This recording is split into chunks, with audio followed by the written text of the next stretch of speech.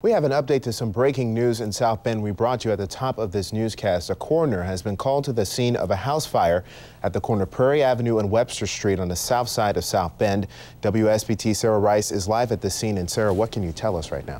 The man police say was behind a security breach at JFK Airport is expected to be arraigned today. The Associated Press cites a Port Authority spokesman. Storms hitting a downtown area, but it does happen. Yeah, it does happen. It's sometimes. Samuel King is there. And Samuel, are investigators any closer to determining what happened? Deborah, their focus continues to be on what was the basement. They believe the explosion that leveled this house started there. And just to give you an idea about the force of the explosion, pieces of debris like this are everywhere in this neighborhood, on the roofs of the other houses, even in the woods behind this row of homes. And those who gathered here for the hearing are hopeful what they had to say will make a difference as they brace for what's next. In Flushing, Samuel King, New York 1. Up next on your Queens News Now Weekend Review. Another week, another snowstorm. Queens residents dig out after this latest winter wallop. A terror suspect with Queens ties pleads guilty while the government indicts his former high school classmates on similar terror charges. After a string of fatal shootings in Queens, youth groups rally to stop the violence.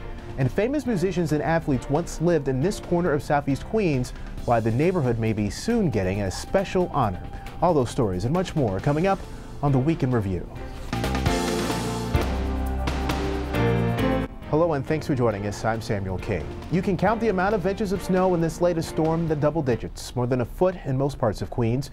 Of course, it had a major impact at the two major airports in the borough. Hundreds of flights were canceled in anticipation of the storm, leaving the terminals looking like ghost towns. Those we spoke with took the weather and the resulting travel troubles in stride.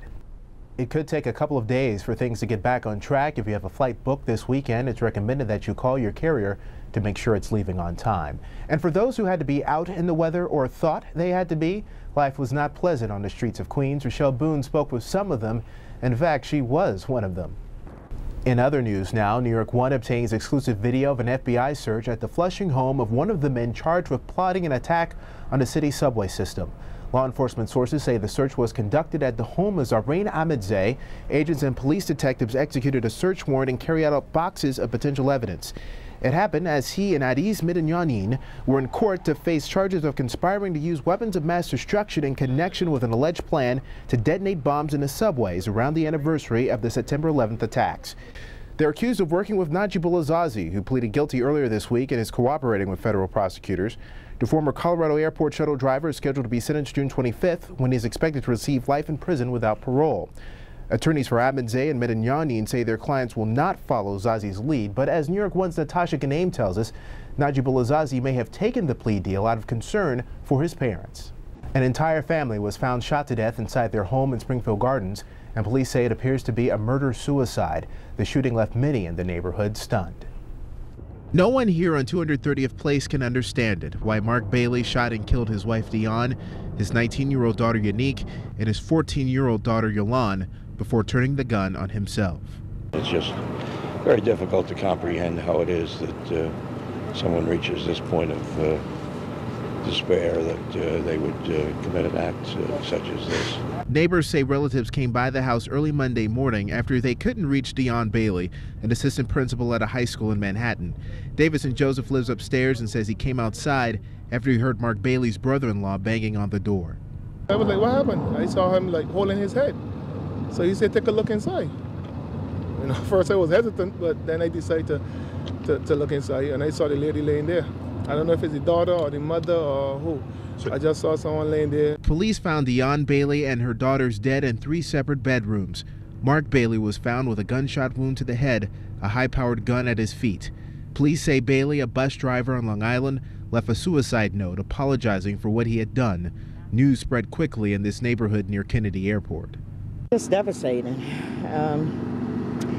I really can't happen but not think that there had to be some clues, there had to be some signs of something wrong. Mark Bailey's oldest daughter, Unique, was a college student. His youngest, Yolan, was a freshman at Benjamin Cardozo High School in Bayside, while his wife, Dion, was an assistant principal at A. Philip Randolph High School in Harlem.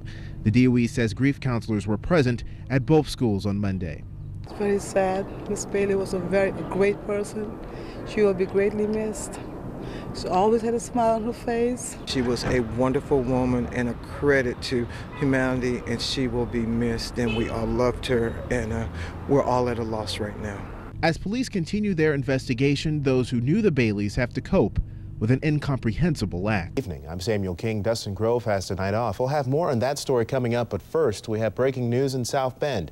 We're told the coroner has been called to a house fire at the corner of Prairie Avenue and Webster Street. We don't know if a body was actually found in the home. Passers-by called in the fire just before 10:30 tonight. Now, crews had to keep their distance while battling the blaze because they heard small explosions coming from inside. We have a crew at the scene, and we hope to bring you an update shortly. Meanwhile, 2 volunteers at the Morris Performing Arts Center are recovering tonight. A driver hit them while they walked to their car a few weeks ago. And as Sarah Rice reports, the Morris is looking at ways to prevent that from happening again. So far, no arrests have been made in the hit and run. The vehicle is described as a light green Ford F-150 with an extended cab. There's been a fund set up for the victims. People can donate money at any First Source bank. More on that full forecast coming up in a few minutes. Samuel? All right, thanks, Andrew. Presidential candidates are putting Indiana on their political radar. Democratic candidate Hillary Clinton will visit the state next week. And today, fellow candidate Barack Obama held a town hall meeting near Indianapolis. Reporter Jim Shella caught up with him after the event.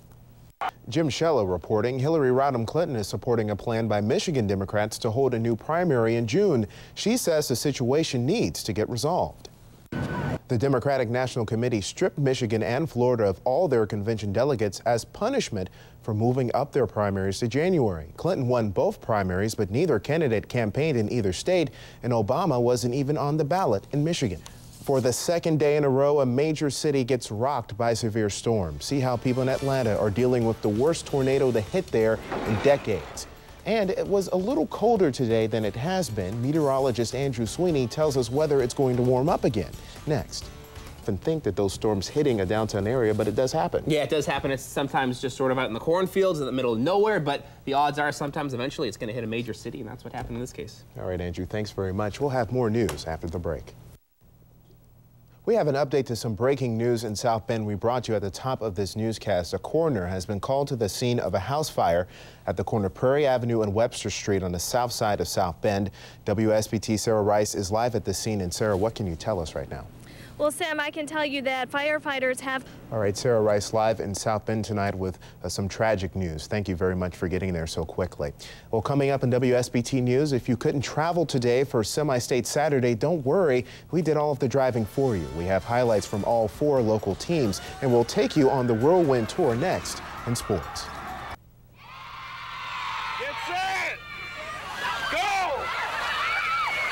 Well, get out of the way. It was a mad dash for Easter eggs at Howard Park. The kids were especially looking for gold and silver eggs. More than 400 lucky children got special prizes. The Achievement Forum of South Bend sponsors this Easter egg hunt every year. Andrew? All right, Andrew, thanks very much. Thanks for joining us at WSBT News at 11. We'll see you again tomorrow night.